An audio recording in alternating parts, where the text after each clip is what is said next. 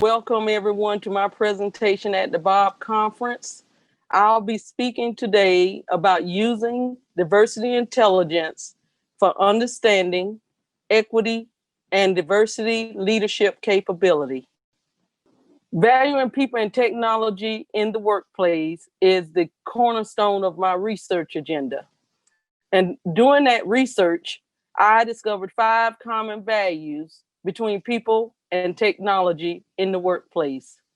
Those 5 values are location value, use value, maintenance value, modification value, and time value. To give you an explanation of how these values are used, I will share just a simple example. When you buy a computer, most often you know where you're going to locate it. You know exactly how you plan to use it. You understand that there's maintenance that may be required if something happens.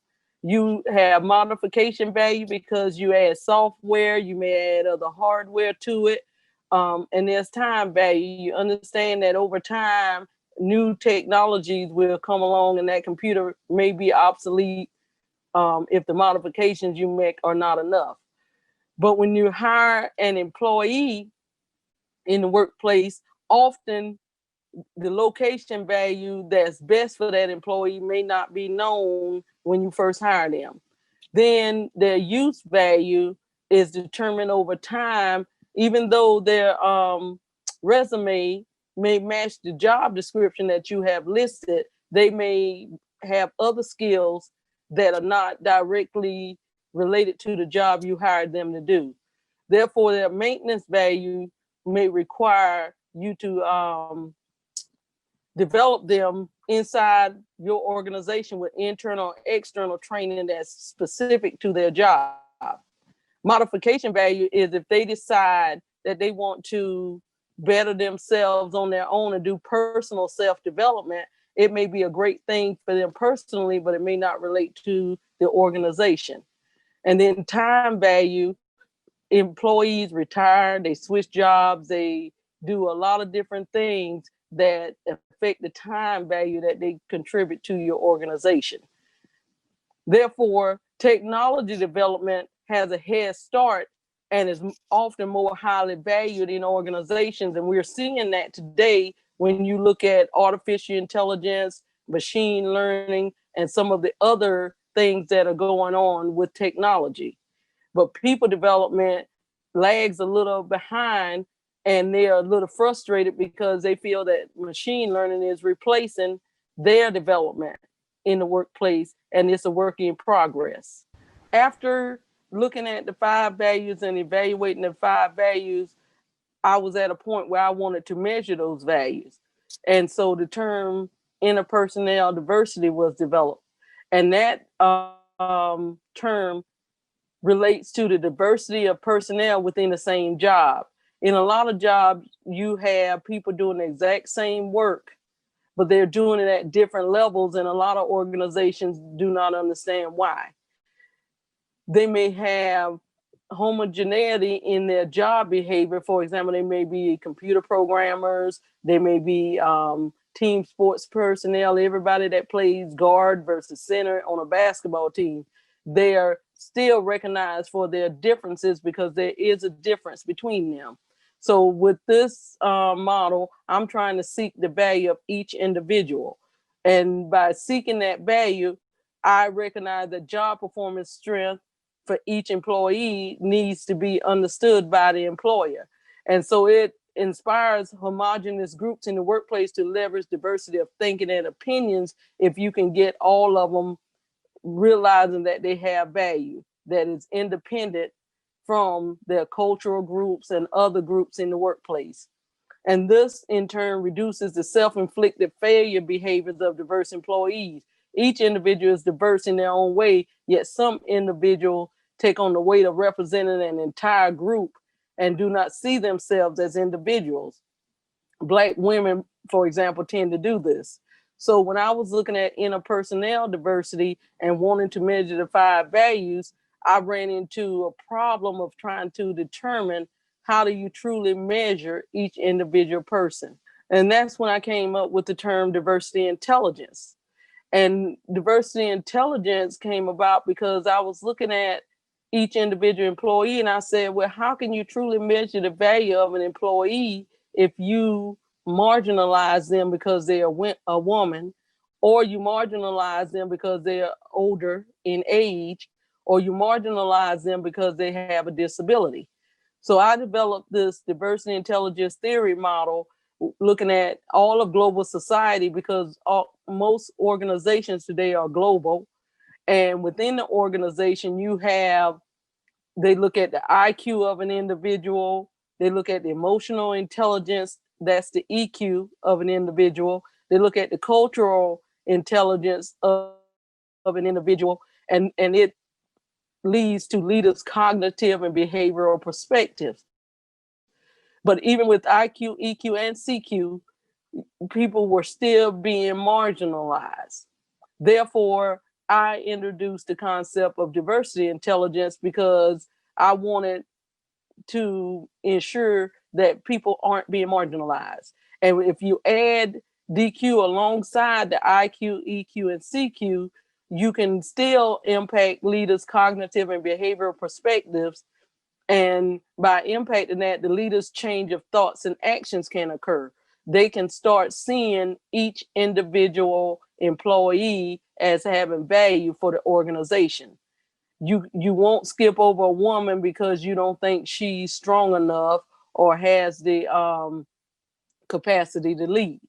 And it also broadens employees' thoughts and actions, because if a leader treats her better, then her employees will treat her better, for example. And it also helps integrate her into the work environment. As a protected class group member in many countries, women are some of the most marginalized people there are. And so if you can integrate them in by being more open to her abilities, because now you know what her location value is to your organization. You have her in the right job.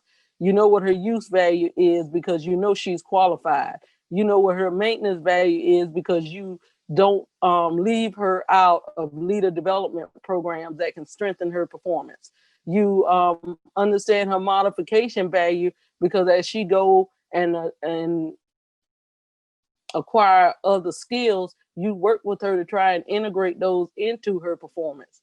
And then her time value should increase because she will feel more welcome inside your organizations.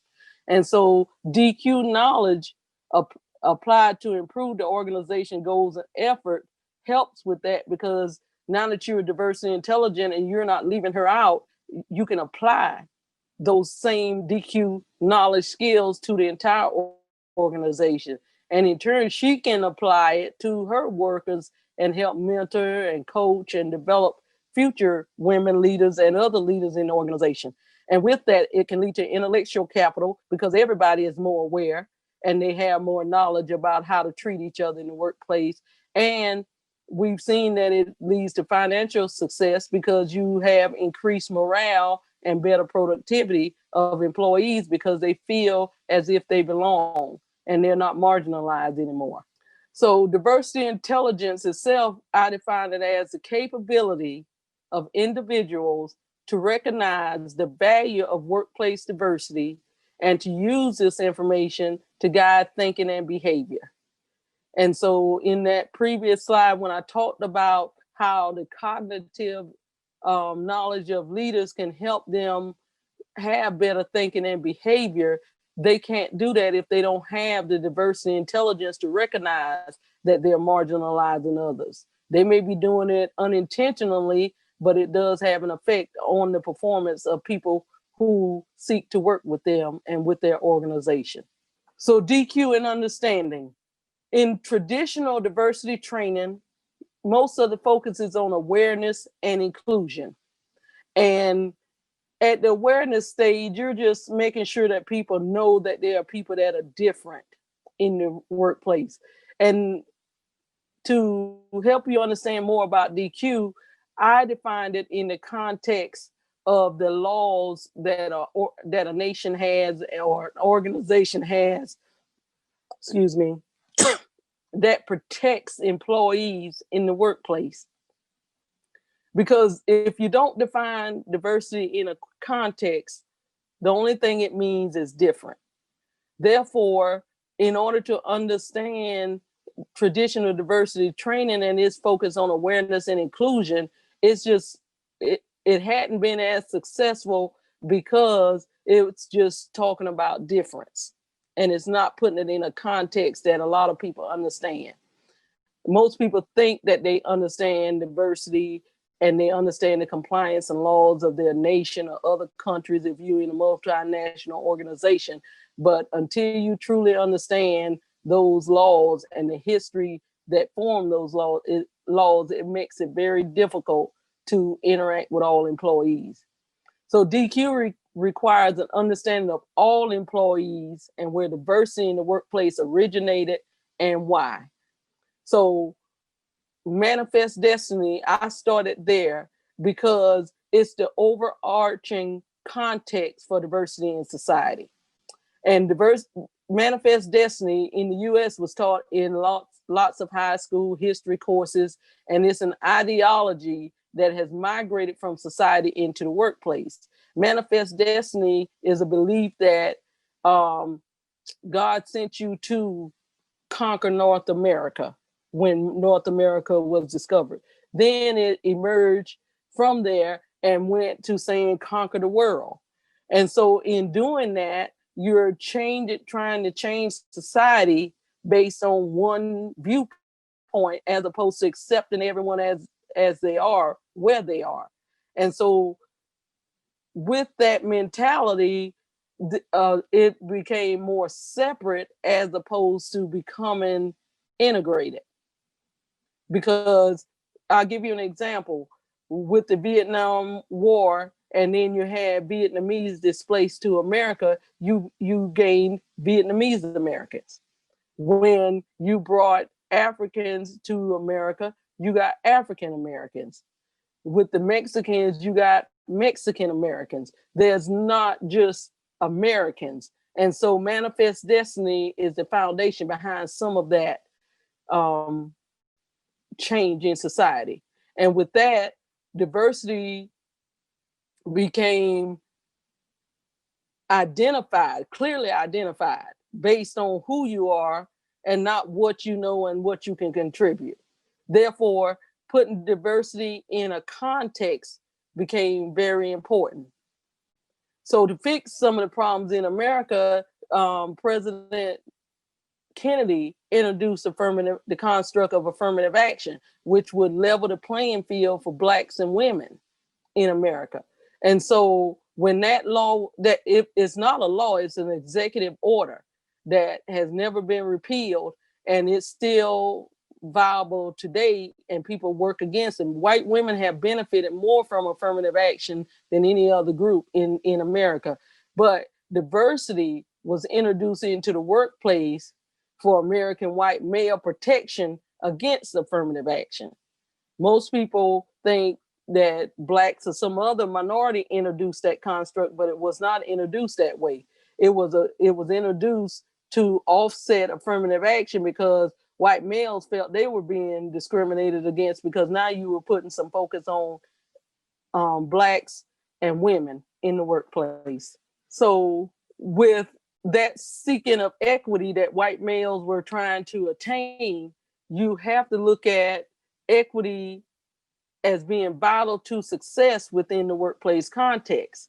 Therefore, all of the protected class groups were introduced, and it is being expanded in the context of how I define DQ. The protected class employees who were covered occurred through the Civil Rights Act of 1964, executive orders, which included affirmative action, and other federal laws that covered age, disability, national origin, race, color, religion, sex, sexual orientation, harassment, retaliation, sexual harassment itself, genetic information, pregnancy discrimination. LGBTQ was actually added this summer. when the Supreme Court passed a law to allow it, protection in the workplace and veteran status for some.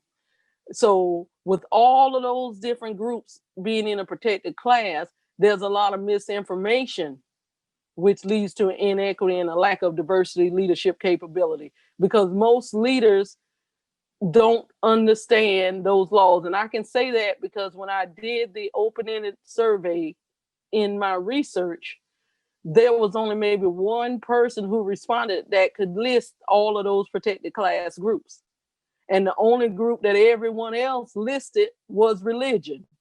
So they didn't know all of the protected class groups or categories, but they were out leading people and not having all of the knowledge that they needed.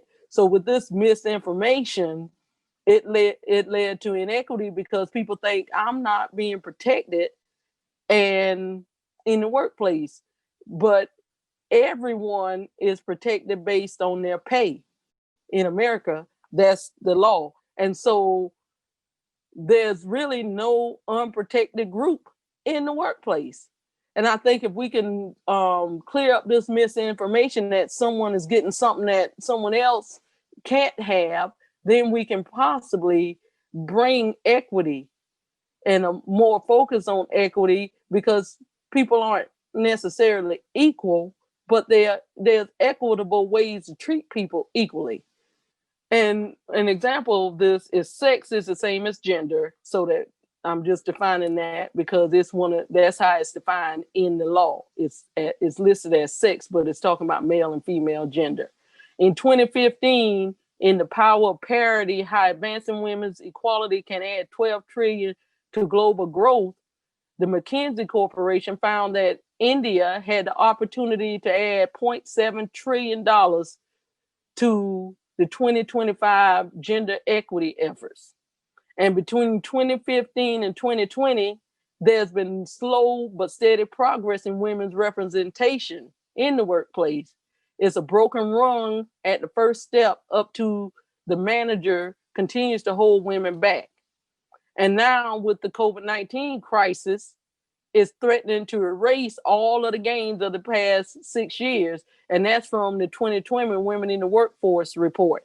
What's happening is women are having to teach the kids at home. They're having to do more home duties than their male counterparts. And therefore they're less able to sustain their work growth because they're focused on family growth, and therefore family sustainability and survival in this health crisis.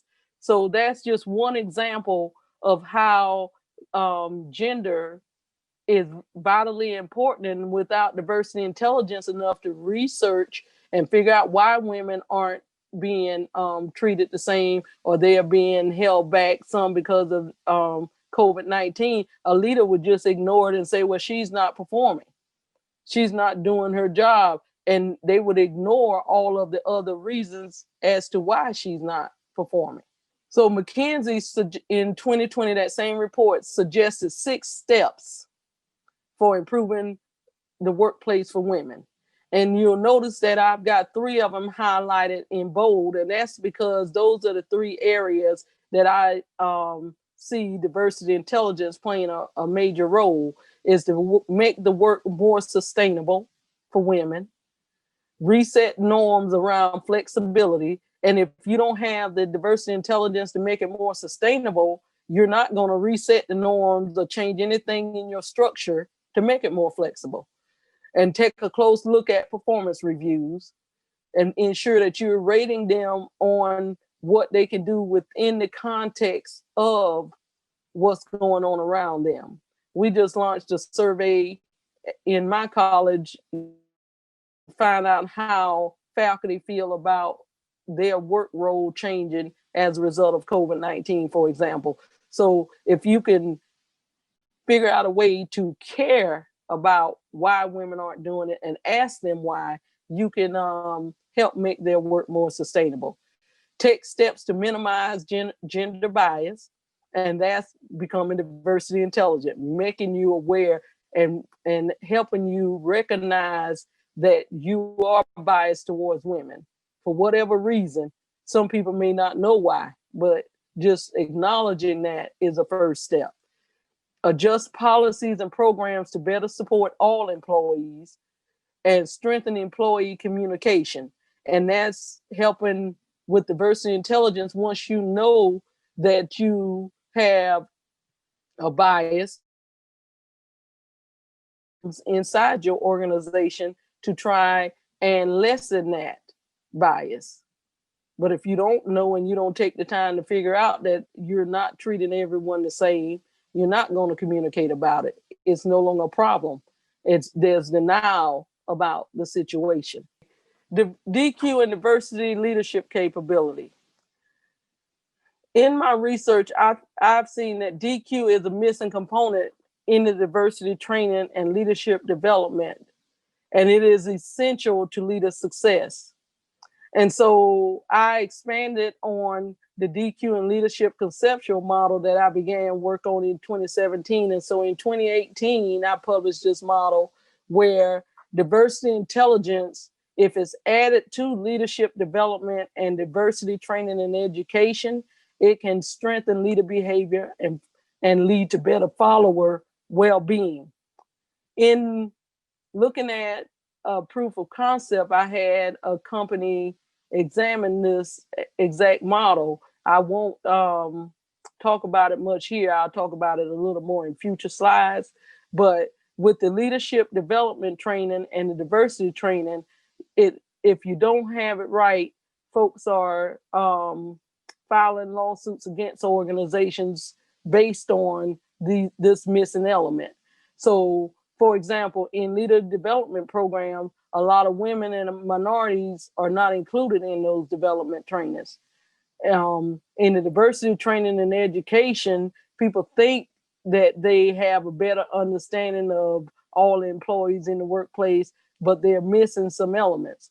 And so if by adding diversity intelligence into these programs, you can increase the understanding and their focus on equity as opposed to equality, leaders will attain the capability to lead diverse employees in the workplace. And if the leader changes their behavior through understanding equity and better diversity leadership capability, then they can influence the follower well-being. They can protect their followers from discrimination in the workplace from others who are their peers or other subordinates or even those in executive leadership. And this in turn can help reduce the turnover of employees. It can improve job productivity because people aren't worried about being mistreated on the job, or they can feel inspired to increase their motivation because they see that they have the potential for promotions or potential for being included in some of these development programs. In continuing that, if you integrate DQ alongside intellectual, emotional, cultural intelligence, you can effectively lead followers because they will recognize, and you can do this by helping them recognize who your organization values. If no women or minorities are ever included in your leadership development program, or maybe just one or two a year or something like that, it sends the message of who your organization values without you saying a word. If you learn the laws, the executive orders, and policies that protect employees, you'll have a better way to understand, even without your employee telling you, that they are being mistreated or they feel that they're being left out of programs that you've instituted inside your organization. And you have to examine your mindset regarding discrimination against employees.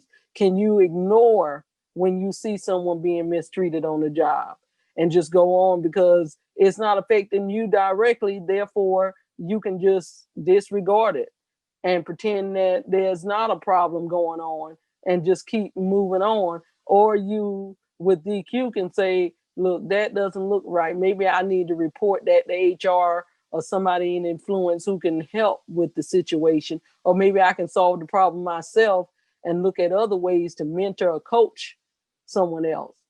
And treat all employees fairly honestly, and with integrity, because most people will not engage in the workplace. And a lot of the literature now is talking about employee engagement and employee experience, EX.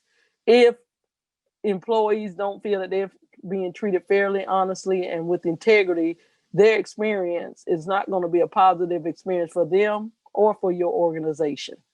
So how can leaders learn diversity intelligence? There are practical steps to learn and adopt DQ as a skill.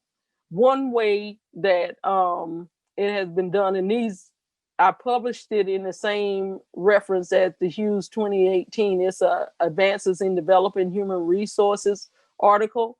And if you go to that journal, the open-ended questions are listed in one of the articles there.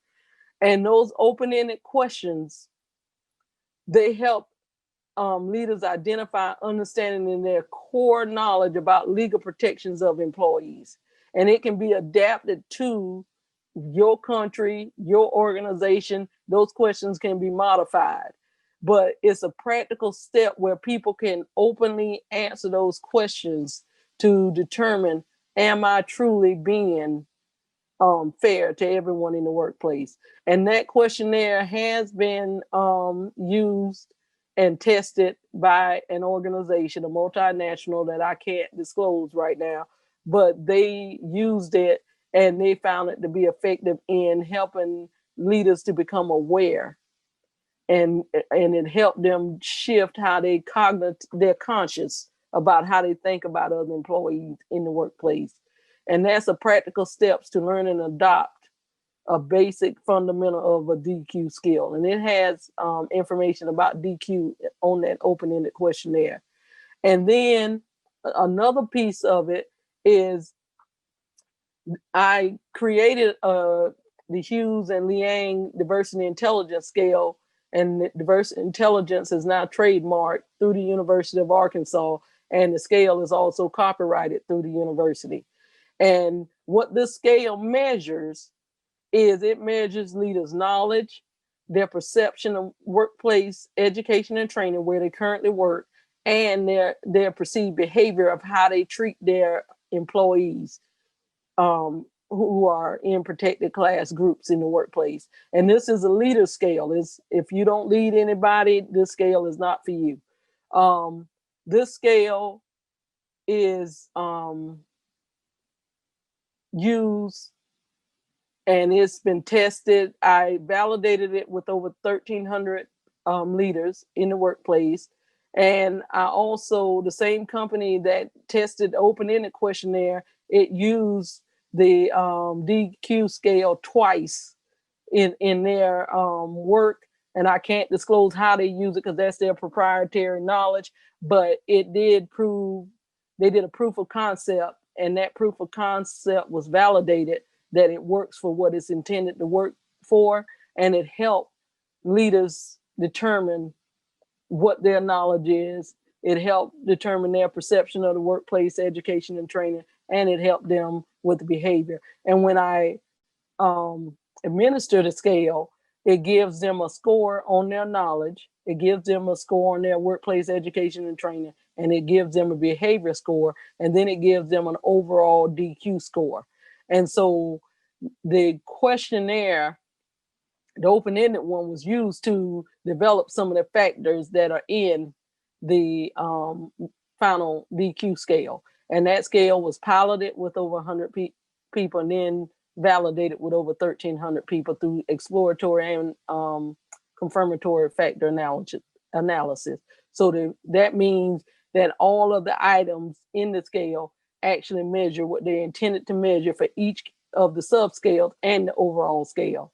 And so it helped leaders to be conscious of what they know about different employees and how they truly treat employees who are different than themselves. If they do the DQ scale or learn about DQ, they will know if they have the education and training needed to behave and communicate with all employees. Because the way I designed the scale, I designed it so that I would test their knowledge first.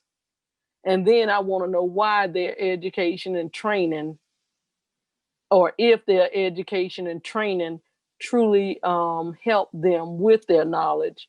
And then if they have the knowledge and they feel comfortable about the education and training, then they should be cognizant of their current behavior towards employees. Are you using that knowledge? Are you using that education and training in how you're currently behaving towards employees in the workplace? And understanding this information allows leaders to communicate their knowledge to executive leadership so that the training and education is more structured towards the exact needs of the organization. Because a lot of training is a stab in the dark at what we truly need for diversity. This scale would say, oh, they don't truly understand this aspect of employees or women. Okay, if all of your people that take the scale don't realize that gender is important, then they're not going to behave that way. And then if they, when they get to the third part of the scale, if they show that they're not behaving in a certain way, then you'll know that you need to increase your gender awareness training or have some type of training that have an interaction between people who aren't treating women well and women, because there might be a missing link there. So this scale, what I'm finding with people who have taken it is that they're realizing that their education and training is the most needed part of their development right now. And you're no longer guessing about what they think they know and how they behave. You actually have a tool that will show you what you know and how you're behaving.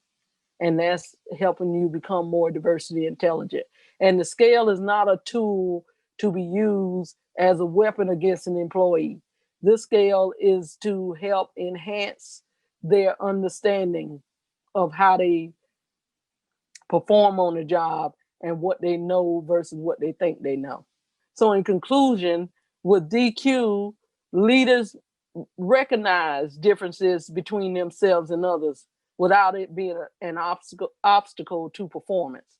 They don't, when they see someone that's different, they don't say, oh, I can't work with them because they're different than me. Hopefully, by gaining this diversity intelligent knowledge, they can say, oh, they're different than me, but there are ways that we can work together and we can I can truly see if they have the skills or they can contribute to what's going on in the workplace. And you can help eliminate some of the stereotypes and biases people have against other employees. And they can reflect on their actions and behaviors toward all employees and effectively implement new strategies.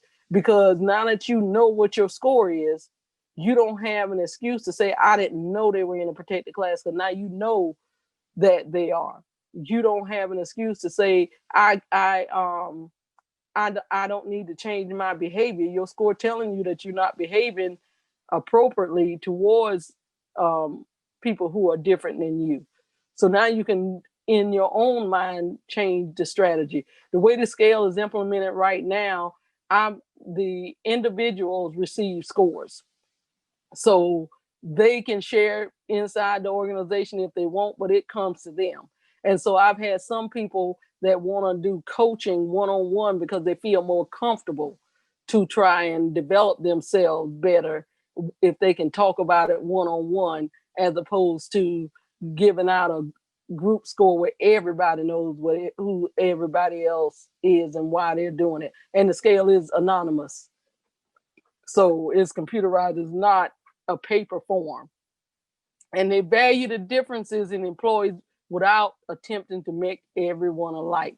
A lot of what you see in the workplace is, if you're doing the same job, you compare to each other and you should be doing everything alike. People are different. That's just human nature. They're different in their thoughts and action. And that goes back to those 5 common values of location, use, maintenance, modification, and time value. You can place people in the right place and the right location so that they can perform better. For example, COVID-19 has shown that people can work from home and produce, some people can work from home and produce at the same level as they would if they were in the workplace. So their location value may be strengthened from home as opposed to in the workplace, while others need to go to work. It's just recognizing differences and making adjustments, not just to try to treat people equally, but do it equitably. If it's more equitable and it adds to the productivity, if somebody works from home versus the workplace, that might be something you want to consider. And embrace employee differences as strengths rather than weaknesses. So you find the strength. What is the true strength? And so going back to what I said initially, I can now measure the 5 values of each individual employee, because now I'm diversity intelligent to know that there's truly no difference in them as human beings, but there may be differences in their thoughts, their behaviors, their location, their use, their maintenance, all of those things. But I'm not marginalizing them and say, well, I'm not going to even entertain the thought of dealing with him because he's over age, or I'm not going to deal with her because she's a woman. I'm not going to deal with this person because they have a disability. I'm not going to deal with this person because they're LGBTQ in some form. So with DQ, it helps you truly see and value each individual employee. Thank you for the opportunity.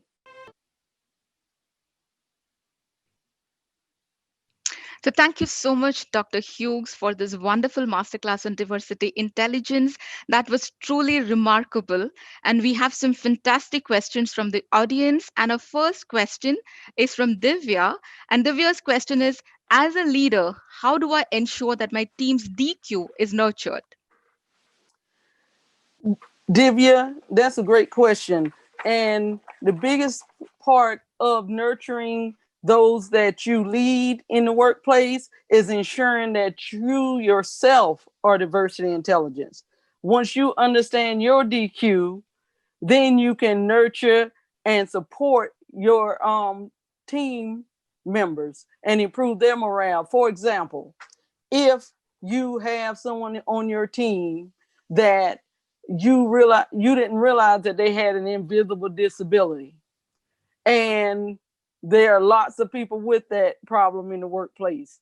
If you're diversity intelligent, then you're going to say, okay, I'm going to make sure that I can assess what exactly is going on with this employee and be able to make the workplace suitable for that person, as opposed to saying that person doesn't add value, or they may be a little slower than others in what they do and their movement and everything else. So you can nurture their morale and build them up and be a positive influence by understanding your own DQ. And what employees do is they follow the leader. The leader is the greatest example of for them in the workplace. And if you don't do it, then their peers won't nurture them. And this DQ is about nurturing every individual in the workplace. Great. Thank you so much, Dr. Hughes. Our next question is, how do we differentiate between DQ and inclusion quotient? I haven't done a lot of research on inclusion quotient, but I know that it talks about voice and how people are included and their voice is heard in the workplace. Without DQ, you won't even recognize the person to give them a voice. Their voice won't matter. So if if they had a voice already, you wouldn't need DQ. Right now, there are so many people that are being marginalized because they're a woman, they might be a minority, they may be disabled, they may be elderly, and therefore their inclusion quotient isn't even considered because they're not considered. So it differentiates between having a voice and even being visible. That's how I would differentiate it. And then also you have a lot of women who are visible, yet their voice isn't heard. Even if they use it, it's ignored, it's marginalized, it's not given any recognition. But with DQ, you would say, okay, typically I wouldn't pay attention to what she said, but let me rethink that. Now that I know that I'm holding something against her because she is a woman, maybe I need to listen a little bit better. That's a great perspective, Dr. Hughes. We have another question, which is from Lakshmi. Is it important to assess the DQ of marginalized talent pool? This scale is designed for leaders, but I also did an open-ended questionnaire of the followers, and it's very important that you understand who the marginalized people are and hear their voices. And the way my DQ measures, it looks at the marginalized people as well. This scale covers everybody. It covers males, females, women, LGBTQ. I've had participants from every population. I tried to cover from VP to the executive suites, with the leadership and with the followers. I did some of everybody, and I've got that data as well. And so what the model is showing you, the model that I put up earlier, is saying that the morale of the followers is dependent on how the leaders treat them. And if the leaders treat them well, their peers will treat them well. So a lot of the conflict you have is between the peers, the subordinates. And if you as a leader don't show that you value each and every one of them, then it won't work at all. Absolutely, absolutely, I think. So we have another interesting question from Apurva. Apurva's question is, can DQ improve if can DQ in an organization improve by effectively communicating company values and culture? First, you have to have a company value and culture that supports diversity. If you don't have that, you can't just throw DQ in and say, I want to use this as a weapon to show you that you're not being fair to me or you're not doing X, Y, and Z. For this to be effective, the company has to have a vision and that they want to improve diversity. You can use this and bring it in to start the conversation. But if you don't have, and it can improve the values and the culture if that's what you want to do. But if leaders don't buy in and they don't want change, the organization is not going to change. You see that with any and every tool that's out there. Leaders buy-in is the number one problem of trainers worldwide. Getting buy-in from upper management, getting buy-in on any concept in an organization requires that executive leadership support it. It can change the culture. What we found in the company example that I gave you is that they were looking at it from the perspective of, if we get all of our leaders to recognize their diversity intelligence, we can market as we're saying, hello, our organization just doesn't say we're diversity and inclusive. It shows when the person come to work, because the biggest letdown in morale negativity is when you see a company that's advertising all over the world, we are diversity and inclusive. We value diversity. Then you go to work there and you don't feel that inside the culture. You're not treated that way when you arrive. So diversity intelligence can improve the culture of an organization. So thank you so much, Dr. Hughes. I think Apurva, you have your answer over there from Dr. Hughes. And our next question is from Dr. Soundarya.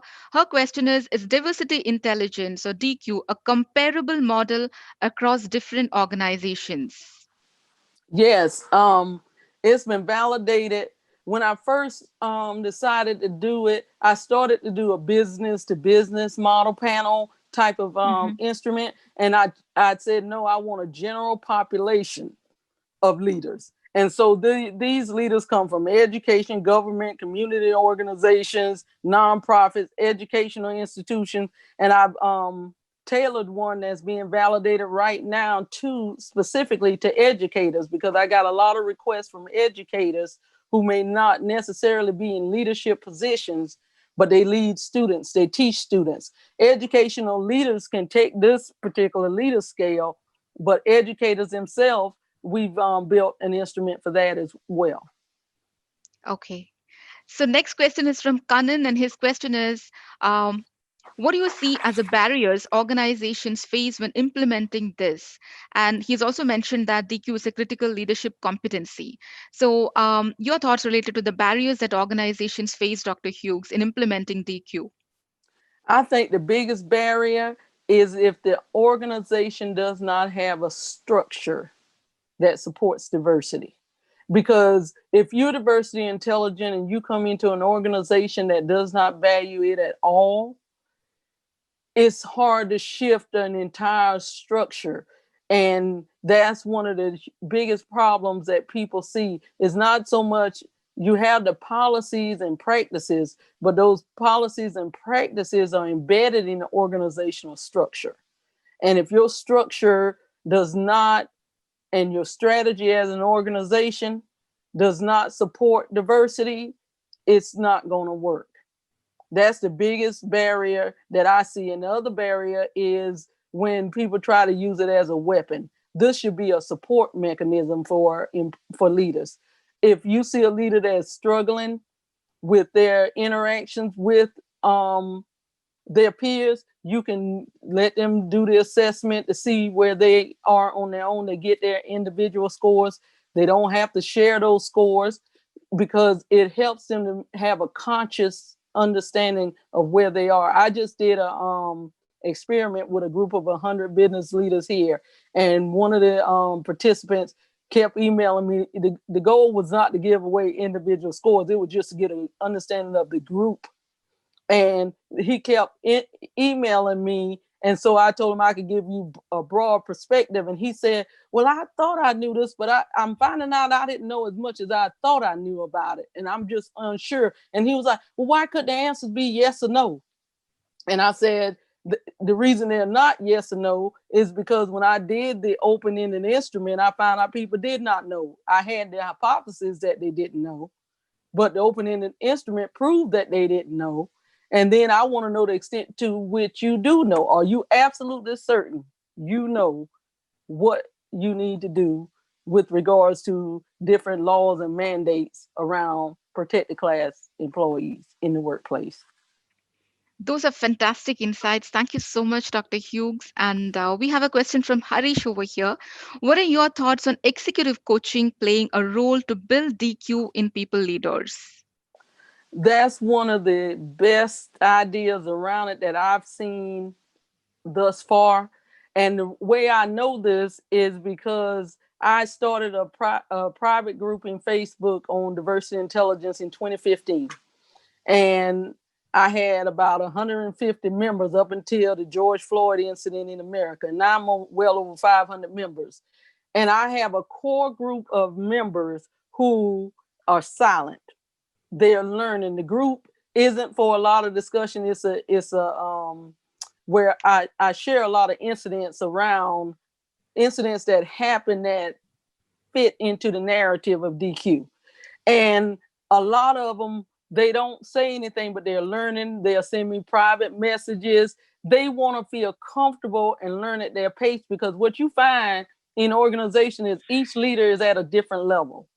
And so, and different people learn at their own pace, and they want to feel safe. If they are not diversity intelligence, they don't want the world to know it.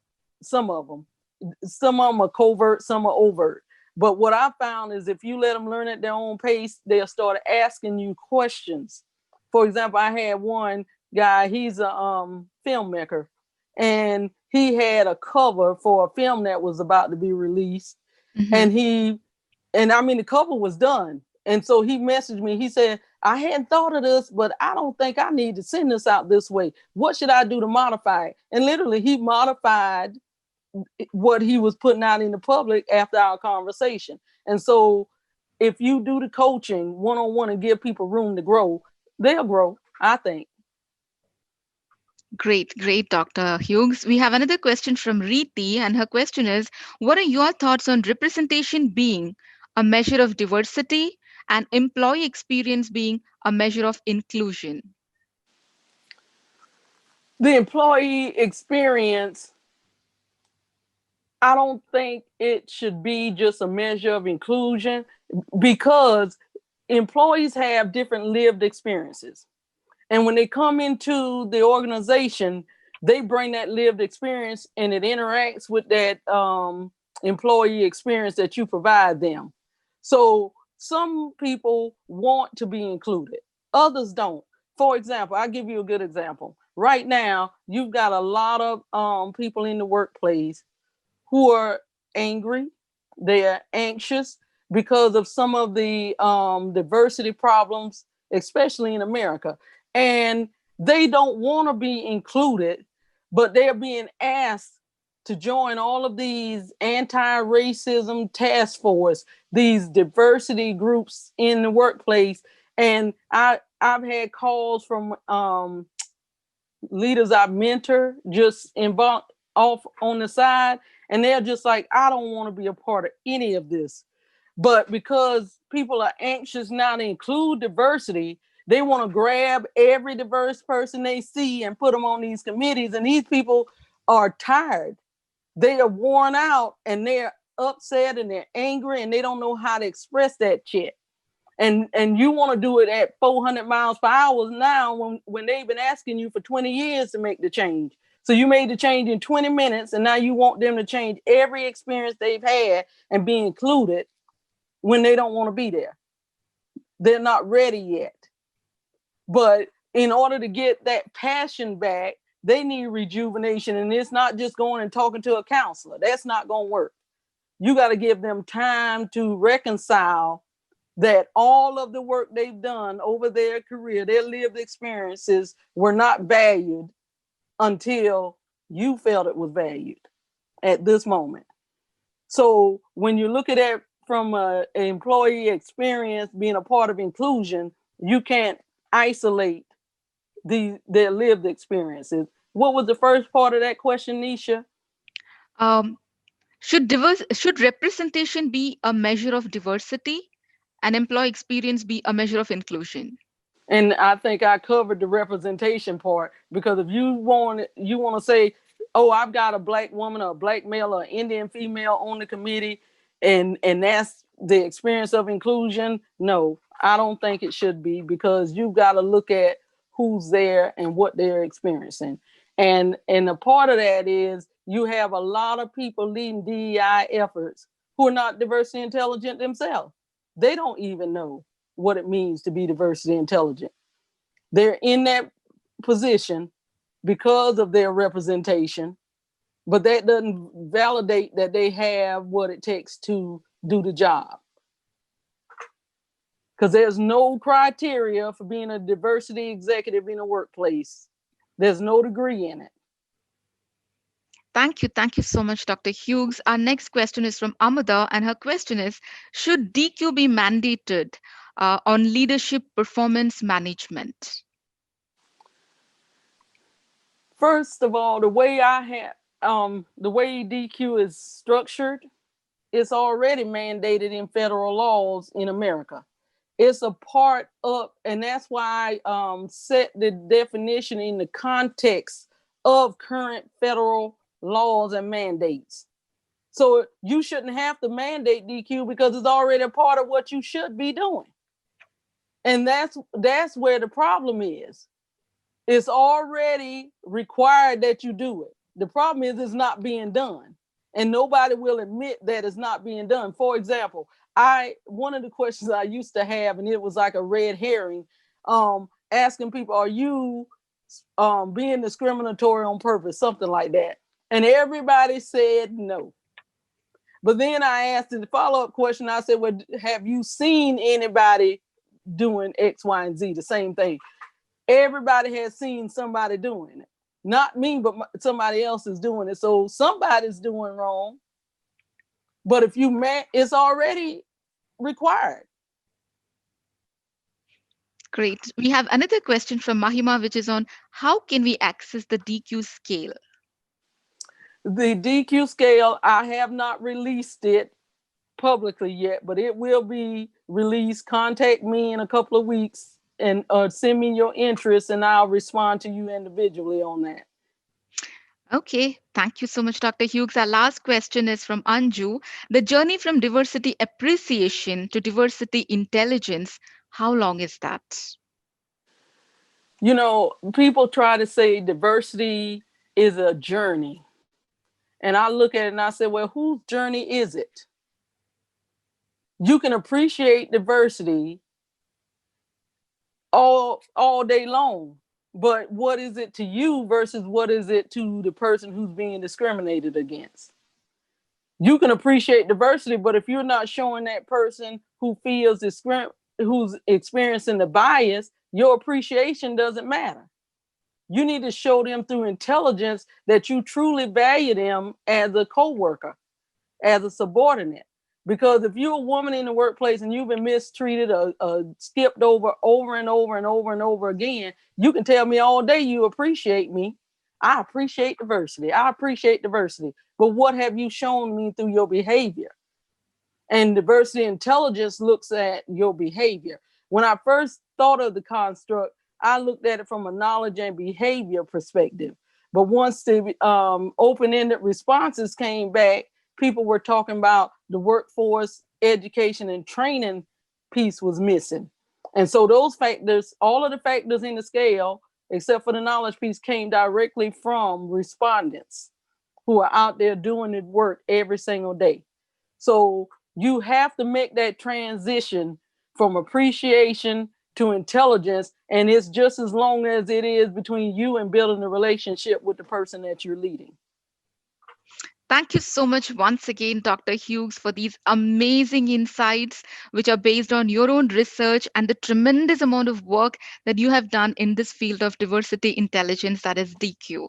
This is filled with so much of learning for all of us. So, thank you so much once again.